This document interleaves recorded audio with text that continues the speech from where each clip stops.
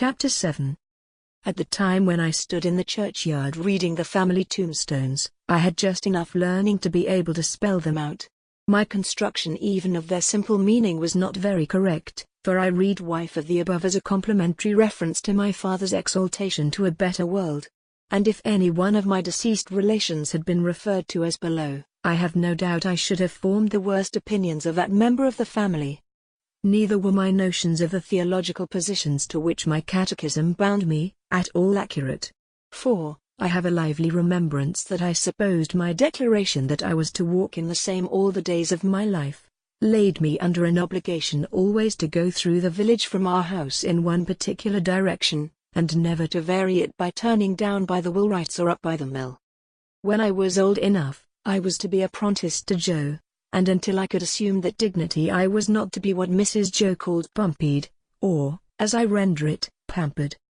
Therefore, I was not only odd boy about the forge, but if any neighbor happened to want an extra boy to frighten birds, or pick up stones, or do any such job, I was favored with the employment. In order, however, that our superior position might not be compromised thereby, a money box was kept on the kitchen mantel shelf, into which it was publicly made known that all my earnings were dropped. I have an impression that they were to be contributed eventually towards the liquidation of the national debt, but I know I had no hope of any personal participation in the treasure. Mr. Wopsle's great-aunt kept an evening school in the village.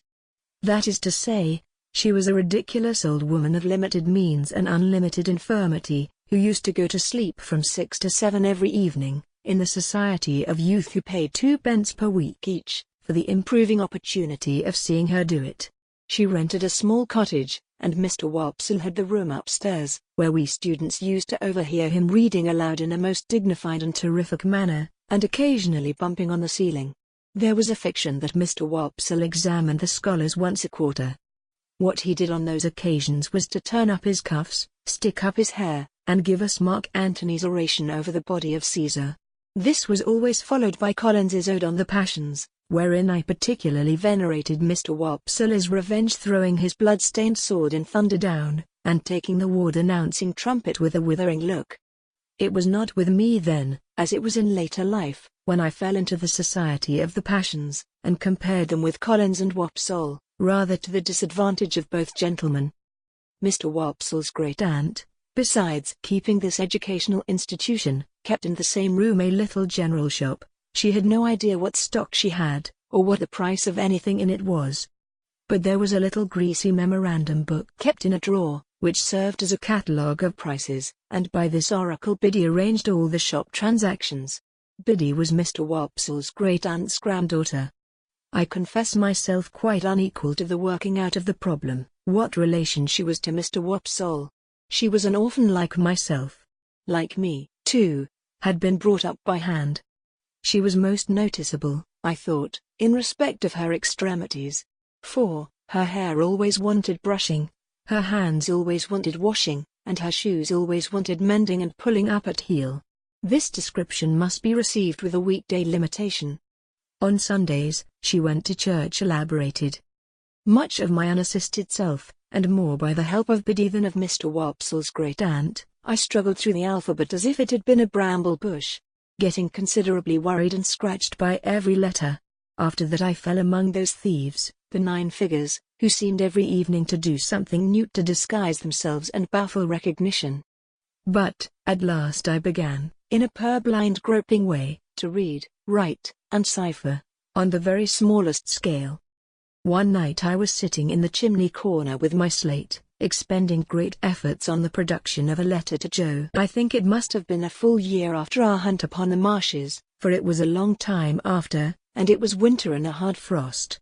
With an alphabet on the hearth at my feet for reference, I contrived in an hour or 2 to print and smear this epistle, Me dear Joe, I hope you accrue it well. I hope I shall soon be her bell for to ted you Joe, and then we shall be so glodden when I am pranked to you Joe. What larks and blev me infx and pip. There was no indispensable necessity for my communicating with Joe by letter, inasmuch as he sat beside me and we were alone. But I delivered this written communication, slate and all, with my own hand, and Joe received it as a miracle of erudition. I say, Pip, old chap, cried Joe, opening his blue eyes wide. "What a scholar you are. Aren't you?" "I should like to be," said I, glancing at the slate as he held it, with a misgiving that the writing was rather hilly. "Why, here's a J," said Joe, "and a O equal to anything. Here's a J and a O, Pip, and a J-O, Joe." I had never heard Joe read aloud to any greater extent than this monosyllable, and I had observed at church last Sunday, when I accidentally held our prayer book upside down, that it seemed to suit his convenience quite as well as if it had been all right. Wishing to embrace the present occasion of finding out whether in teaching Joe, I should have to begin quite at the beginning, I said, "But read the rest, Joe." "The rest, eh, Pip?" said Joe, looking at it with a slow, searching eye. "1, 2, 3. Why, here's 3 J's, and 3 O's, and 3 J-O, Joe's in it, Pip." I leaned over Joe, and, with the aid of my forefinger, read him the whole letter. "Astonishing," said Joe, when I had finished. "You are a scholar." "How do you spell Gargery, Joe?" I asked him, with a modest patronage.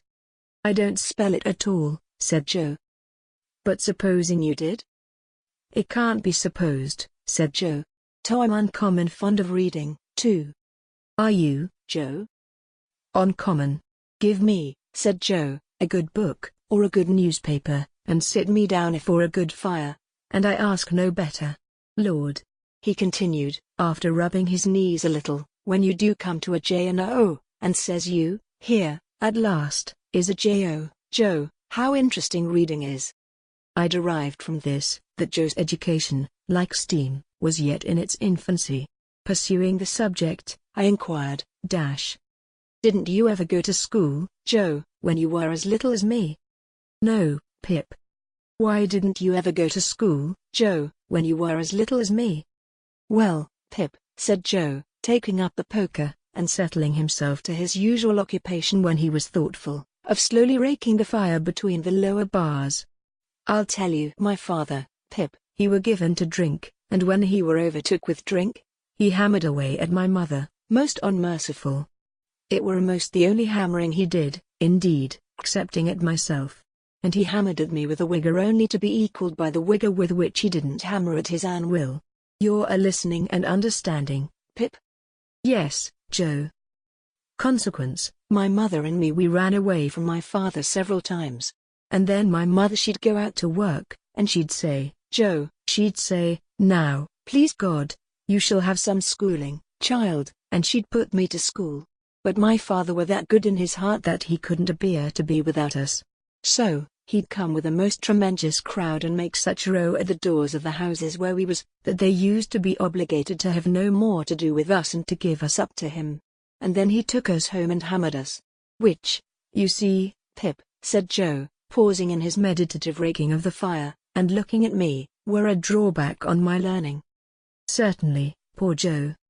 "Though mind you, Pip," said Joe, with a judicial touch or two of the poker on the top bar, rendering unto all their due, and maintaining equal justice betwixt man and man, "my father were that good in his heart, don't you see?"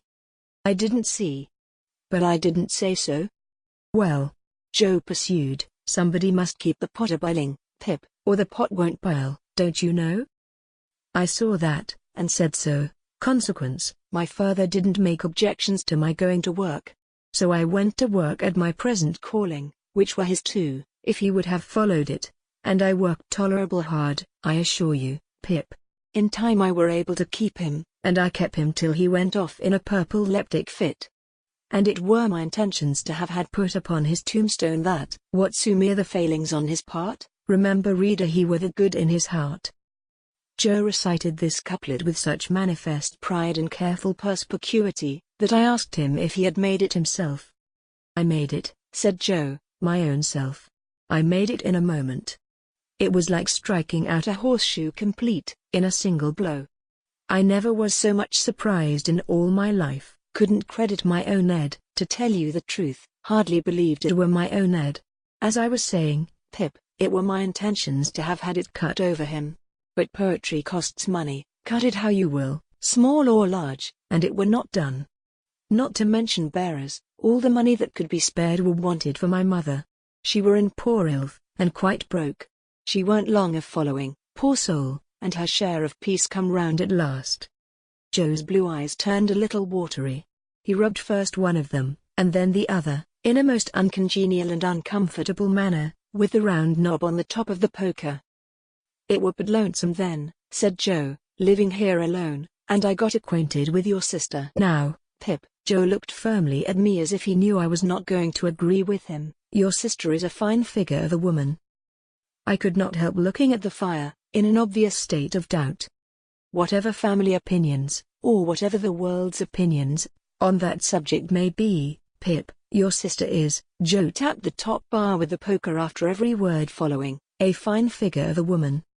I could think of nothing better to say than "I am glad you think so, Joe." "So am I," returned Joe, catching me up. "I am glad I think so, Pip.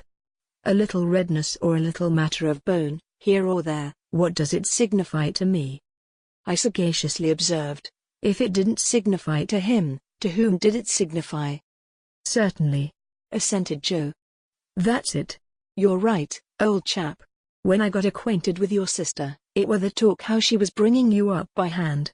Very kind of her too, all the folks said, and I said, along with all the folks. As to you," Joe pursued with a countenance expressive of seeing something very nasty indeed, "if you could have been aware how small and flabby and mean you was, dear me, you'd have formed the most contemptible opinion of yourself." Not exactly relishing this, I said, "Never mind me, Joe." "But I did mind you, Pip," he returned with tender simplicity. "When I offered your sister to keep company, and to be asked in church at such times as she was willing and ready to come to the forge, I said to her, 'And bring the poor little child. God bless the poor little child,' I said to your sister, 'there's room for him at the forge.'" I broke out crying and begging pardon, and hugged Joe round the neck, who dropped the poker to hug me, and to say, "Ever the best of friends, and us, Pip. Don't cry, old chap." When this little interruption was over, Joe resumed, "Well, you see, Pip, and here we are. That's about where it lights. Here we are. Now, when you take me in hand in my learning, Pip, and I tell you beforehand I am awful dull, most awful dull, Mrs. Joe mustn't see too much of what we're up to. It must be done, as I may say, on the sly." "And why on the sly?" "I'll tell you why, Pip." He had taken up the poker again. Without which, I doubt if he could have proceeded in his demonstration. "Your sister is given to government." "Given to government, Joe?" I was startled, for I had some shadowy idea, and I'm afraid I must add, hope, that Joe had divorced her in a favor of the Lords of the Admiralty, or Treasury. "Given to government," said Joe. "Which I mean Tuzzy, the government of you and myself." "Oh. And she ain't over partial to having scholars on the premises," Joe continued, "and in particular would not be over partial to my being a scholar, for fear as I might rise like a sort of rebel, don't you see?" I was going to retort with an inquiry, and it got as far as why when Joe stopped me. "Stay a bit. I know what you're going to say, Pip. Stay a bit. I don't deny that your sister comes the mogul over us, now and again. I don't deny that she do throw us back fools, and that she do drop down upon us heavy. At such times as when your sister is on the rampage, Pip." Joe sank his voice to a whisper and glanced at the door. "Candor compels fur to admit that she is a buster." Joe pronounced this word, as if it began with at least 12 capital B's. "Why don't I rise?" "That were your observation when I broke it off, Pip?" "Yes, Joe." "Well," said Joe, passing the poker into his left hand, that he might feel his whisker, and I had no hope of him whenever he took to that placid occupation, "your sister's a mastermind." "A mastermind? What's that?" I asked, in some hope of bringing him to a stand. But Joe was readier with his definition than I had expected, and completely stopped me by arguing circularly, and answering with a fixed look, "Her." "And I ain't a mastermind," Joe resumed, when he had unfixed his look, and got back to his whisker. "And last of all, Pip, and this I want to say very serious to you, old chap, I see so much in my poor mother, of a woman drudging and slaving and breaking her honest heart and never getting no peace in her mortal days, that I'm dead afeard of going wrong in the way of not doing what's right by a woman, and I'd far rather of the two go wrong that other way, and be a little ill-convenienced myself. I wish it was only me that got put out, Pip. I wish there warn't no tickler for you, old chap. I wish I could take it all on myself, but this is the up and down and straight on it, Pip, and I hope you'll overlook shortcomings. Young as I was, I believe that I dated a new admiration of Joe from that night. We were equals afterwards, as we had been before. But, afterwards at quiet times when I sat looking at Joe and thinking about him, I had a new sensation of feeling conscious that I was looking up to Joe in my heart. However, said Joe, rising to replenish the fire, here's the Dutch clocker working himself up to being equal to strike 8 of 'em, and she's not come home yet. I hope Uncle Pumblechook's mare mayn't have set her forefoot on a piece of ice, and gone down. Mrs. Joe made occasional trips with Uncle Pumblechook on market days, to assist him in buying such household stuffs and goods as required a woman's judgment. Uncle Pumblechook being a bachelor and reposing no confidences in his domestic servant. This was market day, and Mrs. Joe was out on one of these expeditions. Joe made the fire and swept the hearth, and then we went to the door to listen for the chaise cart. It was a dry cold night, and the wind blew keenly, and the frost was white and hard. A man would die tonight of lying out on the marshes, I thought. And then I looked at the stars, and considered how awful it would be for a man to turn his face up to them as he froze to death, and see no help or pity in all the glittering multitude. Here comes the mare, said Joe, ringing like a peal of bells. The sound of her iron shoes upon the hard road was quite musical, as she came along at a much brisker trot than usual. We got a chair out, ready for Mrs. Joe's alighting, and stirred up the fire that they might see a bright window, and took a final survey of the kitchen that nothing might be out of its place. When we had completed these preparations, they drove up, wrapped to the eyes. Mrs. Joe was soon landed, and Uncle Pumblechook was soon down too, covering the mare with a cloth, and we were soon all in the kitchen, carrying so much cold air in with us that it seemed to drive all the heat out of the fire. Now, said Mrs. Joe, unwrapping herself with haste and excitement, and throwing her bonnet back on her shoulders where it hung by the strings, if this boy ain't grateful this night, he never will be. I looked as grateful as any boy possibly could, who was wholly uninformed why he ought to assume that expression. It's only to be hoped, said my sister, that he won't be bumped. But I have my fears. She ain't in that line, Mum, said Mr. Pumblechook. She knows better. She? I looked at Joe, making the motion with my lips and eyebrows. She? Joe looked at me, making the motion with his lips and eyebrows. She? My sister catching him in the act, he drew the back of his hand across his nose with his usual conciliatory air on such occasions, and looked at her. Well? Said my sister, in her snappish way. What are you staring at? Is the house afire? Which some individual, Joe politely hinted, mentioned she. And she is a she, I suppose? Said my sister. Unless you call Miss Havisham a he. And I doubt if even you'll go so far as that. Miss Havisham, uptown? Said Joe. Is there any Miss Havisham downtown? Returned my sister. She wants this boy to go and play there. And of course he's going. And he had better play there, said my sister, shaking her head at me as an encouragement to be extremely light and sportive, or I'll work him. I had heard of Miss Havisham uptown. Everybody for miles round had heard of Miss Havisham uptown, as an immensely rich and grim lady who lived in a large and dismal house barricaded against robbers, and who led a life of seclusion. Well, to be sure, said Joe, astounded. I wonder how she come to know Pip. Noodle, cried my sister, who said she knew him. Which some individual, Joe again politely hinted, mentioned that she wanted him to go and play there. And couldn't she ask Uncle Pumblechook if he knew of a boy to go and play there?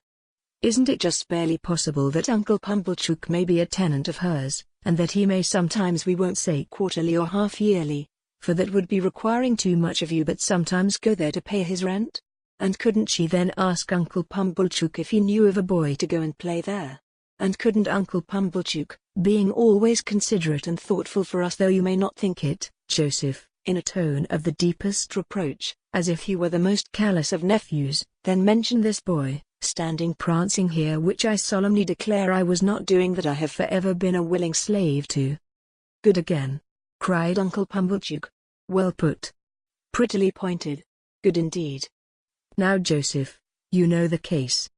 "No, Joseph," said my sister, still in a reproachful manner, while Joe apologetically drew the back of his hand across and across his nose. "You do not yet, though you may not think it, know the case. You may consider that you do, but you do not, Joseph, for you do not know that Uncle Pumblechook, being sensible that for anything we can tell, this boy's fortune may be made by his going to Miss Havisham's, has offered to take him into town tonight in his own chaise cart, and to keep him tonight, and to take him with his own hands to Miss Havisham's tomorrow morning." "And Law mussy me," cried my sister, casting off her bonnet in sudden desperation, "here I stand talking to mere mooncalves, with Uncle Pumblechook waiting, and the mare catching cold at the door, and the boy grimed with crock and dirt from the hair of his head to the sole of his foot." With that, she pounced upon me, like an eagle on a lamb, and my face was squeezed into wooden bowls in sinks, and my head was put under taps of water butts, and I was soaped, and kneaded, and towelled, and thumped, and harrowed, and rasped, until I really was quite beside myself. I may here remark that I suppose myself to be better acquainted than any living authority, with the ridgy effect of a wedding ring, passing unsympathetically over the human countenance. While my ablutions were completed, I was put into clean linen of the stiffest character, like a young penitent into sackcloth, and was trussed up in my tightest and fearfullest suit. I was then delivered over to Mr. Pumblechook, who formally received me as if he were the sheriff, and he let off upon me the speech that I knew he had been dying to make all along: "Boy, be forever grateful to all friends, but especially unto them which brought you up by hand. Goodbye, Joe. God bless you, Pip, old chap." I had never parted from him before, and what with my feelings and what with soap suds, I could at first see no stars from the chaise cart. But they twinkled out one by one, without throwing any light on the questions why on earth I was going to play at Miss Havisham's, and what on earth I was expected to play at.